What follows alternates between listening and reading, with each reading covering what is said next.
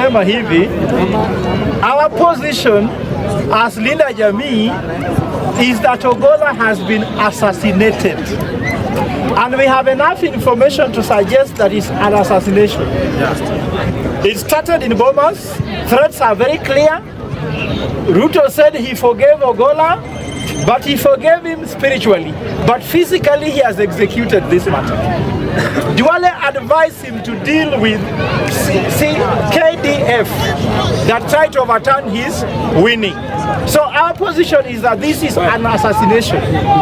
Throughout the night, I tried to sleep with my stomach, saying it is an accident. My stomach refused. I slept with my back. My back refused to accept it. I slept on my left. It refused. My right refused. I even tried to sit down. It refused. All my cells have refused to accept it is an accident. Remember, a military chopper. Don't even say it was a bad aeroplane. This is the finest military machine ever. It doesn't come down like it is coming down, I'm telling you. It was well executed. It is an assassination. Because if you look at all evidence around it, if you look at the day, by the president giving a decree that military will take, KDF will take over the issue of internal security, it was preparation. It's like you want to cook ugali. You bring unga, you bring water, you light fire. Then if it's ugali, it's ugali. What looks like a duck cries like a duck, walks like a duck, cries like a duck, sleeps like a duck, is a duck. What looks like an assassination, walks like an assassination, breathes like an assassination, is an assassination. Let them allow Kenyans to take their position. My position is that it's an assassination. Let them do the investigation. We'll see who is wrong or right. Second, my point is, this is not an accident. Let me tell you why it's not an accident. And let me tell you why believing it's an accident is dangerous. If someone says an accident, let them tell us how accidents are planned and executed. Because it doesn't look like one. Accidents are caused by 3 factors for a chopper. I'm an expert in transport. One, human error, meaning the pilot was drunk, he was sleeping, he's not well trained, he's not qualified. That cannot be the case because CDF had access to the most qualified pilot. So we rule out that one. Unless they tested the pilot before it was not in good condition, we don't believe it. The second factor is called environmental factor. The weather at 2:30 in Elgeyo Marakwet, it was as clear as this sky. There was no rainfall, the clouds were very clear. All factors shows that 98% of the times, the climate and the weather is very clear in that area around 2:30, between 12:30 to around 3:30, it is the clearest environment. So that one we rule out. There was no tear gas there being down on the sky by Wakina Burungei. There was nothing like cloud thickness. The visibility was clear. We rule out that environmental factor totally. The other factor can be technical error. The engine was bad, or maybe fuel was not enough, the thing was not guzzling fuel, or that the mechanic handling it did not check the exhauster, all those things.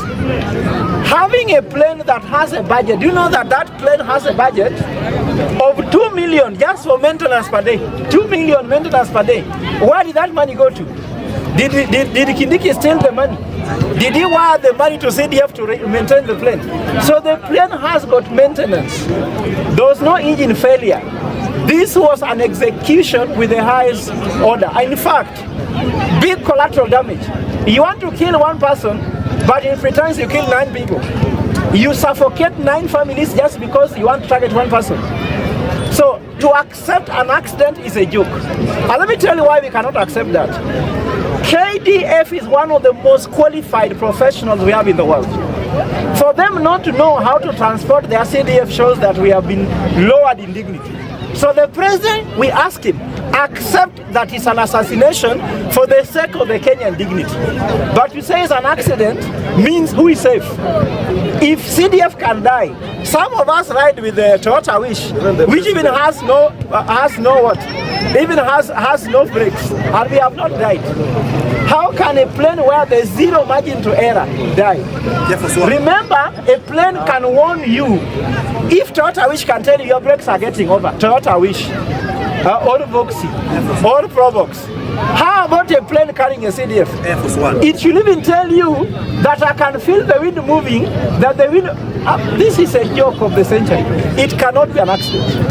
Third, it cannot be a bandit attack. Someone is saying there's a bandit attack, that someone could have thrown a grenade at the CDF.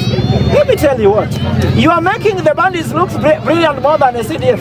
Between the head of bandits and the head of CDF, who is more powerful?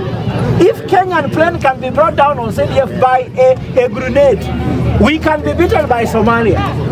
To accept banditry and accident has what we call national and international risk.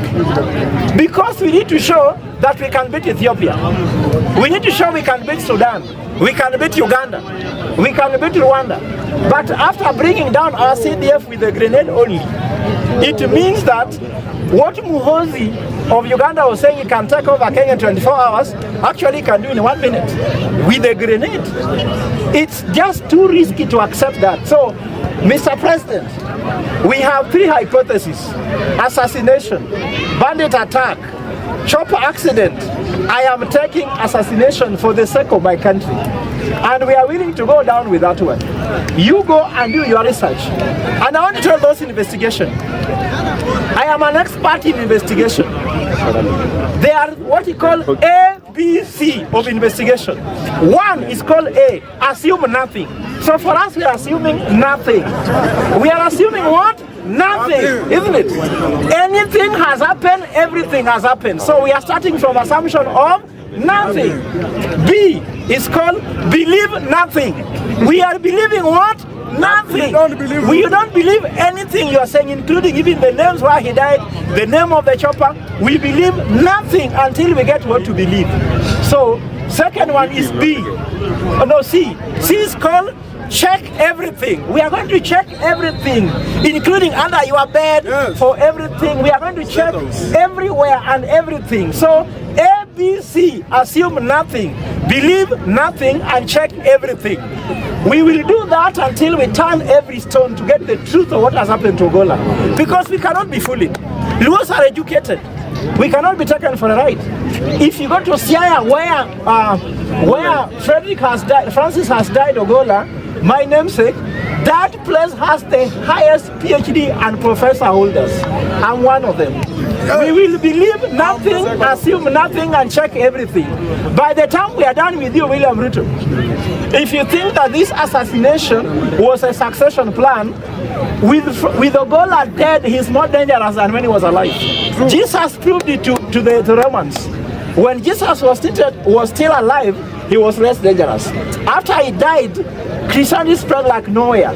So Ogollism will spread everywhere.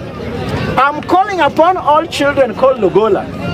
If you are called Ogolla, all your profile should be having Francis Ogolla until the truth is found. Anybody, whether you are a Luo or a Luya, who feels this one, please, in your profile photo for Twitter, Facebook, Instagram, WhatsApp, everything, put Francis Ogolla, put justice for General Francis Ogolla. Until we get justice, don't remove it. Are we together?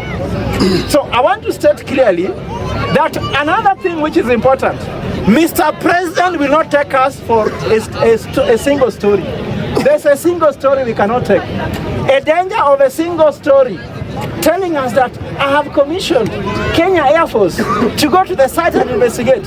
How can Air Force investigate are being investigated? The plane that crashed belonged to Kenya Airways, isn't it? Kenya Air Force, isn't it? What if Kenya Air Force did not maintain the plane? They have a fault, they have a case to answer. Can they investigate themselves? Just like they did the one on Tom Mboya. Isaac Njoroge shot Tom Mboya and sent by the state to shoot Tom Mboya. Then we are being told that The government is now suing Eric Njoroge for shooting Tom Mboya. How can the person who sent you to shoot sue you? Or investigate you? So we cannot believe this single story. This is my take. Mr. President, get me clearly. I want you to bring multifaceted stakeholders to investigate this case. One, Francis Ogolla's family must be there in that investigation. In the postmortem, forensic expert, pathologist must be appointed by that family. Two, it's a Luo nation that has been shot. So I've talked to the Luo Council elders. They are going to appoint a pathologist, a forensic expert, and the person that must have access to the black box. That black box should be sitting in Siaya, not in State House, because they are going to manipulate it. So we want to access the black box to know the truth. We want to bring civil society. We want to bring religious organizations, the churches. Everyone come together. All Kenyans of goodwill must be given access to know how investigation takes place. Not that State House investigating themselves. And this story is what we call state capture. Even there, yes. We are running a company called William Ruto Limited. So if you don't have shares there, you die if you oppose anything. And I can tell you, for those who have died, Luos have died. Tom Mboya, Arwin's Kodek, Ochuka, Opande, Ouko, name them, Ojode, even Sajoti died. All those people who have died, their spirits are going to haunt this government to the extent they'll never win second term. In fact, if William Ruto thinks this will make him win second term, he is going to be a one-term president. And let me tell you, Kenyans, William Ruto is the easiest president to beat. And if you can't beat him, support me, I beat him for you. Because I know how to beat him. I know you are saying you can't. If anybody who believes he can't, come behind me. I'll beat him for you because najua dawa yake. Dawa ya Ruto sio kelele, dawa ya Ruto ni akili. Na akili nimeangusha nayo house levy.